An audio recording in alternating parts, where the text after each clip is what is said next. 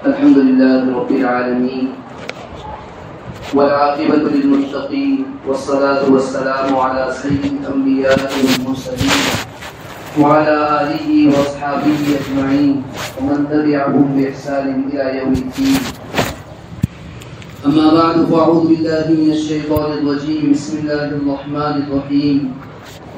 إن الذين قالوا ربنا الله ثم استقاموا تتنزل عليهم الملائكة ألا تخافوا ولا تحزنوا وابشروا بالجنة التي كنتم توعدون نحن أولياؤكم في الحياة الدنيا وفي الآخرة ولكم فيها ما تشتهي أنفسكم ولكم فيها ما تدعون نزلا من غفور رحيم.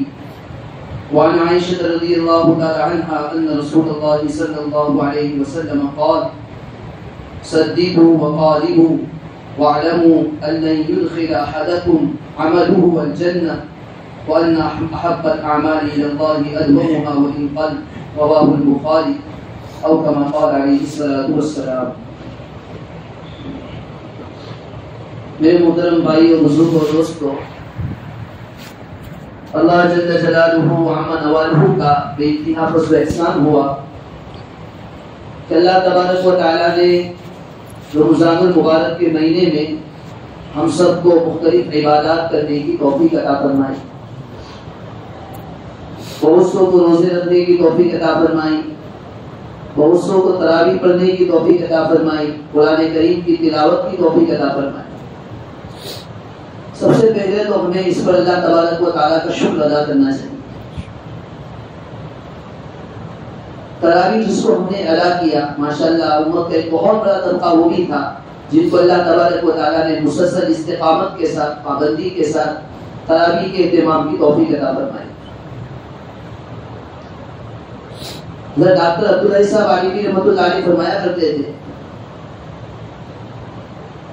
کہ تراویح کے بہانے سے اللہ تبارک و تعالی امت کو روزانہ کی نماز کے مقابلے میں روزانہ 40 سجدے کرنے کی اللہ تعالیٰ توفیق عطا فرماتے. 40 سجدے روزانہ ماشاءاللہ 5 نماز کا اہتمام ہوتا ہے، سنتوں کا اہتمام ہوتا ہے. اس کے ساتھ ساتھ اللہ تبارک و تعالیٰ ہر تراویح پڑھنے والے کو جو تراویح کا اہتمام کرتا ہے، کیونکہ وہ روزانہ تراویح پڑھے گا. تراویح کی 20 رکعت ہوتی ہے. 20 رکعت تراویح میں ایک تراویح پڑھنے والا یا پڑھانے والا 40 سجدے زائد کرتا ہے. 20 رکعت میں 40 سجدے. اور سجدہ ایک ایسی چیز ہے کہ اس کے ذریعے سے بندے کو اللہ تعالیٰ کا جو قرب، جو نزدیکی حاصل ہوتی ہے، کوئی عمل ایسا نہیں ہے کہ جس کے ذریعے سے اللہ تعالیٰ کا اتنا قرب حاصل ہوتا ہو جتنا سجدے سے حاصل ہوتا ہے. یہ حدیث پاک میں موجود ہے. اللہ کے نبی صلی اللہ علیہ وسلم نے ارشاد فرمایا کہ بندہ سجدے کے ذریعے سے جتنا میرا قریب ہوتا ہے اور کوئی حالت نہیں ہے جس کے ذریعے سے بندہ اتنا قریب ہوتا ہو. تو تراویح پڑھنے والے کو اللہ تعالیٰ 40 روزانہ 40 سجدے کرنے کی توفیق عطا کرتا ہے.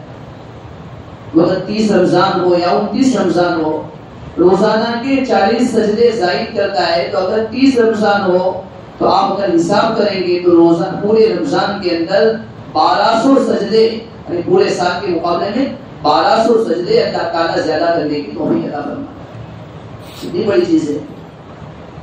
میں نے کہا کہ سجدے کے ذریعے سے جتنا اللہ تعالیٰ کا قرب حاصل ہوتا ہے، نہ کوئی اور ایسی حالت نہیں ہے جس کے ذریعے سے بندہ اللہ تعالیٰ کا اتنا قریب ہوتا ہو. یہی وجہ ہے شاہ فضل الرحمان صاحب کا جھوڑا باری رحمۃ اللہ علیہ بہت بڑے بزرگ گزرے. ان کی خدمت میں حکیم الامت حضرت مولانا اشرف علی صاحب خانوی رحمۃ اللہ علیہ تشریف لے گئے. شاہ فضل الرحمان صاحب کا جھوڑا باری رحمۃ اللہ علیہ نے حکیم الامت مجدد ملت حضرت مولانا اشرف علی صاحب خانوی رحمۃ اللہ علیہ سے فرمایا، چپکے سے فرمایا کہ میاں اشرف علی جب سجدے میں جاتے ہیں، جب میں سجدہ کرتا ہوں تو ایسا لگتا ہے کہ اللہ تبارک و تعالیٰ مجھ سے پیار کرتا ہے، یعنی میں اتنا اللہ تعالیٰ سے قریب ہو جاتا ہوں. اور پھر بندہ سجدہ کرتا ہے، سجدے کی حالت میں میرا اعلیٰ رب، میرا بڑا رب، تو اور زیادہ اللہ تعالیٰ کے قریب ہو جاتا ہے. تو اللہ تبارک و تعالیٰ نے ماشاءاللہ ہم سب کو تراویح کی توفیق عطا فرمائی. بہت اونچی چیز ہے, بہت بڑی چیز ہے.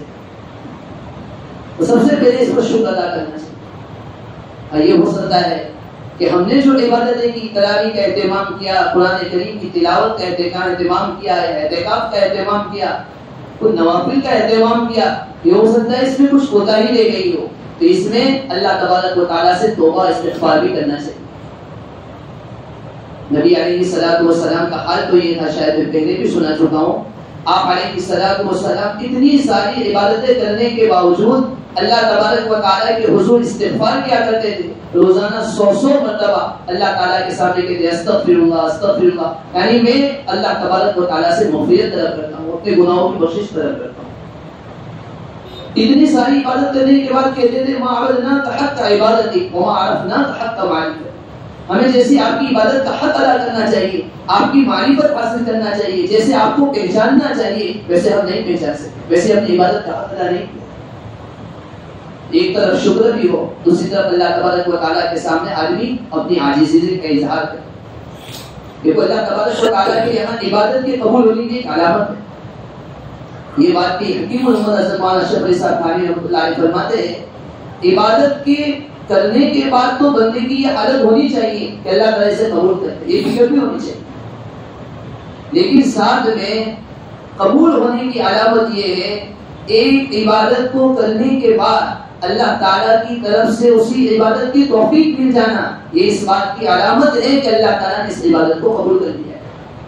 بندے 2 رکعت نماز پڑھی, جمعہ کی نماز ادا کی, واسطت جمعہ کی نماز پڑھنے کی توفیق مل جانا, یہ اس بات کی علامت ہے کہ اللہ تبارک و تعالیٰ کے ایسے قبول ہو گئے. بہرحال عبادت کے کرنے کے بعد شکر بھی ہو, قبولیت کی فکر بھی ہو, توبہ و استغفار بھی. اللہ تبارک و تعالیٰ روزہ رکھوانے سے, عبادات کروانے سے, تراویح ادا کروانے سے اللہ تعالیٰ کیا چاہتے ہیں. دیکھو روزانہ بندہ تراویح پڑھتا تھا, زیادہ سے زیادہ سجدے کرتا تھا, زیادہ دیر تک کھڑے ہوتا تھا. اللہ تعالیٰ اس کے ذریعے سے ایک تربیتی کورس کروانا چاہتے ہیں. 30 دن تک بندے نے تراویح کا اہتمام کیا, نمازوں کا اہتمام کیا, نمازوں کے اہتمام کرنے کے ساتھ ساتھ مزید روزانہ 20 رکعت تراویح کا اہتمام کرتا تھا. گویا اللہ تعالیٰ یہ تعلیم دینا چاہ رہے میرے بندے, رمضان کے مہینے میں جب ہم نے شیطان کو قید کر دیا, شیطان کی پیروں کے اندر بیڑیاں ڈال دی, اب تیرے لیے عبادت کا کرنا آسان ہو گیا. اب رمضان کا مہینہ چلا گیا, ہم نے تجھے نماز میں لا کر کھڑا تو کر دیا, اب اگر تو اپنی زندگی اسی طرح گزارنا چاہے تو گزار سکتا ہے, تیرے کوئی مشکل نہیں. رمضان کا مہینہ آیا, ماشاءاللہ امت کے ایک طبقے نے اعتکاف کیا. اعتکاف کی حالت میں اپنی بیوی سے علیحدہ رہا. اعتکاف کی حالت میں اگر صحیح طور پر اعتکاف کیا ہے تو وہ اپنے آپ کو گناہوں سے بچاتا رہا, اپنی زبان کی حفاظت کرتا رہا, اپنے آنکھوں اپنے نظروں کی حفاظت کرتا رہا. اللہ تعالیٰ یہ بتانا چاہ رہے ہیں میرے بندے, اگر تو 15 دن تک, 10 دن تک یا 30 دن تک اعتکاف کر کے اپنی نظروں کی حفاظت کر سکتا ہے, اپنی زبان کی حفاظت کر سکتا ہے, اپنے آپ کو جھگڑے سے بچا سکتا ہے, اپنے آپ کو گناہوں سے بچا سکتا ہے, یہ سب چیزیں جب تم 10 دن میں کر سکتا ہے, ہم نے 10 دن تک تو تجھے ان سب چیزوں کی عادت ڈلوا دی, اب 10 دن کے بعد تو اپنی پوری زندگی اسی طرح گزار کہ میرا اللہ میرے سامنے ہے, میں اپنے آپ کو گناہوں سے بچاؤں گا, اپنی نظروں کی حفاظت کروں گا, اپنی نظروں کو نیچی رکھ کر چلوں گا, اپنی زبان کی حفاظت کروں گا, اپنے آپ کو جھگڑے سے بچاؤں گا. اللہ تعالیٰ یہ پریکٹس کروانا چاہ رہے ہیں, ایک تربیتی کورس ہے. روزہ رکھوایا, روزے سے اللہ تعالیٰ کا کیا مقصد ہے؟ قرآن نے بیان کیا کہ تم میں تقوی پیدا ہو جائے. تقوی کا کیا مطلب ہے؟ دیکھو, اپنے آپ کو کھانے سے روکنا, اپنے آپ کو کسی چیز کے پینے سے روکنا, اور اپنے آپ کو خواہش کے پورا کرنے سے روکنا, یہ سب چیزیں تو ایسی تھی کہ روزے کے علاوہ حالت میں جائز تھی. کھانا آدمی کھا سکتا ہے روزے کے علاوہ, پانی آدمی یا کوئی پینے کی چیز آدمی پی سکتا ہے, اپنی بیوی موجود ہے اپنی خواہش کو پورا کرنا چاہے کر سکتا ہے. لیکن اللہ تعالیٰ کی طرف سے 29 دن ایسے دیے گئے کہ اے میرے بندے, اگرچہ یہ چیزیں تو تیرے لیے حلال تھی, یہ چیزیں تیرے لیے جائز تھی, لیکن اب ہمیں حکم دے رہے کہ تو اپنے آپ کو 29 دن تک کیا اپنی بیوی سے اپنی شہوت کو پورا کرنے سے اپنے آپ کو بچائے. 29 دن تک ہم نے اس طرح گزار دیے. دیکھو یہ ایسی چیز ہے, کھانا ہر وقت جائز تھا, پینا ہر وقت جائز تھا, اپنی بیوی ہے, اپنی بیوی سے اپنی خواہش کو پورا کرنا جائز تھا, لیکن 29 دن تک مخصوص وقت کے لیے اجازت نہیں دی, کہہ دیا گیا کہ آپ یہ نہیں کر سکتے. فریج کے اندر ٹھنڈا پانی موجود ہے, کوئی دیکھنے والا موجود نہیں, یا کوئی دیکھنے والا کہیں بھی نہیں ہے, کوئی کیمرہ بھی لگا نہیں ہوا نہیں. آدمی چاہے تو فریج کھول کر ٹھنڈا پانی پی سکتا ہے, کسی کو بتا نہیں سکتا ہے. آدمی وضو کرنے کے لیے بیٹھا ہے, کلی بھی آہستہ آہستہ کر رہا ہے کہ کہیں پانی اندر نہ چلا جائے, ناک میں پانی ڈال رہا ہے, آہستہ آہستہ ڈال رہا ہے کہ کہیں پانی اوپر نہ چلا جائے. بیوی پاس میں موجود ہے لیکن اپنی خواہش کو پورا نہیں کر رہا ہے. کیوں؟ وہ یہی کہے گا کہ میرے دل پہ اللہ کا خوف موجود ہے, چاہے کوئی دیکھ رہا ہے یا نہیں دیکھ رہا ہے. میں اپنے آپ کو کھانے سے اس لیے روک رہا ہوں, میں اپنے آپ کو ٹھنڈے پانی سے اس لیے روک رہا ہوں. سخت گرمی پڑ رہی, سخت پیاس لگی ہوئی ہے, آدمی کو چکر آ رہے, کوئی دیکھنے والا موجود نہیں, سب کچھ ہے, لیکن اپنے آپ کو آدمی روکا ہوا ہے کہ میں نہیں پیوں گا, میں نہیں کھاؤں گا. کیوں؟ وہ یہ چاہتا ہے میرا اللہ ناراض ہو جائے گا, میں اپنے اللہ کو ناراض نہیں کرنا چاہتا ہوں. میرے اللہ نے مجھے حکم دیا ہے, چاہے ہر وقت آدمی کھا سکتا ہے, لیکن یہ مخصوص دن ایسے ہیں کہ ان مخصوص دن میں اللہ نے کھانے سے مجھے روک دیا ہے, مجھے پانی پینے سے روک دیا ہے. میرے اللہ کا حکم ہے, وہ اللہ تعالیٰ روزہ رکھوانے سے یہ چاہ رہے, اے میرے بندے, ایک جائز چیز کو میں نے حرام کر دیا تو تو نے اپنے آپ کو روک دیا, ایک کھانے کو میں نے منع کر دیا, تو نے اپنے آپ کو روک دیا. گویا اللہ تعالیٰ یہ چاہ رہے میرے بندے میرے حکم کی اتباع کرنے والا بن جا, میرے حکم کو ماننے والا بن جا. اللہ تعالیٰ اتباع چاہ رہے, مقصود یہ. اور یہ دیکھو ایک عجیب چیز, مثال کے طور پر 4:59 پر سحری کا وقت پورا ہو رہا ہے, 4:59 پر 58 تک کھا سکتا ہے, 57 تک کھا سکتا ہے, لیکن 59 کے بعد سانڈ ہو گئی. اب ہمیں بھی شوق ہو گیا, ہمارا روزہ ہوا کہ نہیں ہوا, حالانکہ 1 ہی منٹ ہوئی اوپر, لیکن اب روزہ نہیں ہوگا. اور اسی طرح افطار کی حالت ہے, روزہ چھوڑنے کے لیے بیٹھا ہے, 6:59 پر وقت پورا ہو گیا, یعنی مثال کے طور پر افطار کرنا جائز ہو گیا. اب حکم یہ دیا گیا کہ اب 59 ہو گئی, اب آپ روزہ مت رکھو, اب آپ اپنے روزے کو کھول دو, اپنے روزے کو چھوڑ دو. وہاں بھی یہ حکم دیا گیا کہ 1 منٹ اوپر نہیں ہونی چاہیے, یہاں بھی یہ حکم دیا گیا 1 منٹ اوپر نہیں ہونی چاہیے. جیسا ہی وقت ہو جائے جلد سے جلد روزہ شروع کرنے کی کوشش کرو. کیوں ایسا حکم دیا گیا؟ اللہ تعالیٰ یہ بتانا چاہ رہے ہیں, اے میرے بندے, جس طرح تو نے رمضان المبارک میں 1 منٹ اوپر تک کھایا نہیں, اور یہاں پر 1 منٹ اوپر کے اوپر ہو گئی, اور اس کے بعد ہم کھانے کا حکم دے رہے, پھر یہ حکم یہ تو کھانا کھا لے. وہ اللہ یہ بتانا چاہ رہے میرے بندے, یہ 29 دن کے اندر ہم تیرے پاس ایک تربیتی کورس کروا رہے ہیں, ایک بات بتا رہے کہ اب تیرے لیے ضروری ہے میرے حکم کو مان کر چل, میرے حکم کی اتباع کر. ہم جیسا کہے ویسا کر, ہم جیسا حکم دے ویسا تو اپنے آپ کو کرنے والا بن جا. 29 دن تک کرا لیا, اب تو پوری زندگی ایسے گزار. روزے سے اللہ تعالیٰ یہ چاہتے ہیں. اب رمضان کا مہینہ تو چلا گیا, رمضان کے روزے کا جو مقصد تھا, تراویح کا جو مقصد تھا, اعتکاف کرنے والوں کے لیے اعتکاف کا جو مقصد تھا, رمضان کے بعد تقریباً 1 ہفتہ گزرا. ہم ہر ایک اپنے آپ کا محاسبہ کریں, اپنے آپ کے بارے میں سوچے کہ جو روزے کا مقصد تھا کوئی اب تک وہ روزے کا مقصد میرا حاصل ہوا یا نہیں ہوا. کہیں ایسا تو نہیں ہوا کہ جیسے ہی شوال کا چاند نظر آیا, عید کا چاند نظر آیا, میں اپنے رب کو بھی بھول گیا, اپنے رسول کو بھی بھول گیا, اور اللہ تعالیٰ نے جن چیزوں کو حکم دیا ان کو بھی بھول گیا. تراویح کا مقصد تھا کہ بندہ ہر وقت اپنی زندگی نمازوں کا اہتمام کرنے والا بن جائے. اب ہم اپنے آپ کے اعتبار سے سوچیں کہ رمضان کا مہینہ گزر گیا, 1 ہفتہ گزرا, 1 ہفتے کے اندر کتنا میں نے نمازوں کا اپنے آپ کے اعتبار سے اہتمام کیا. کچھ قرآن کریم کی تلاوت کا ہم نے رمضان میں اہتمام کیا تھا. قرآن تو اللہ تعالیٰ کی کتاب ہے, اور اللہ تعالیٰ نے یہ کتاب اس لیے اتاری ہے کہ بندہ اس کی تلاوت کرتا رہے گا, تلاوت کرتا رہے گا. گویا وہ اللہ تعالیٰ سے بات کر رہا ہے. گویا رمضان میں تو ہم نے بہت اللہ تعالیٰ سے بات کی. جیسا رمضان کا مہینہ گیا, ہمارے الماری کے اندر ہمارا قرآن گیا, اس کے بعد ہم نے قرآن کو اٹھا کر دیکھا بھی ہے نہیں دیکھا. اعتکاف کی حالت میں ہم بیٹھے تھے, اعتکاف کی حالت میں ہم اپنی نسلوں کی حفاظت کر رہے تھے. اب رمضان کا مہینہ چلا گیا, ہم غور کریں کہ یہ ہفتہ ہمارا گزرا, ہم نے اپنے نسلوں کی حفاظت کی یا نہیں کی, اپنی زبان کی حفاظت کی. اللہ تعالیٰ کا شکر ادا کریں. دیکھو عبادت کے اندر اللہ تعالیٰ کے یہاں مقصود یہ ہے، اللہ تعالیٰ یہ چاہتے ہیں، اللہ تعالیٰ کے یہاں وہ عمل پسندیدہ ہے جس میں استقامت ہو، جس میں ثابت قدمی ہو، جس میں جمنا ہو۔ امت کے اندر تین طرح کے مسلمان ہیں۔ ایک مسلمان تو وہ ہے جنہوں نے اللہ کے حکم کو مانا، اللہ کا کلمہ پڑھا، اللہ کے رسول صلی اللہ علیہ وسلم کے رسول ہونے کو مانا، تمام اعمال کو جمے رہے، تمام اعمال کی پیروی کرتے رہے۔ یہ تو بہت اچھا طبقہ ہے جنہوں نے کہا ربنا اللہ ثم استقاموا، اپنی زبان سے اللہ کے ایک ہونے کا، اللہ کے رب ہونے کا اقرار کر دیا، اس کو جمے رہے۔ یہ سب سے اچھا طبقہ ہے، سب سے اعلیٰ طبقہ ہے۔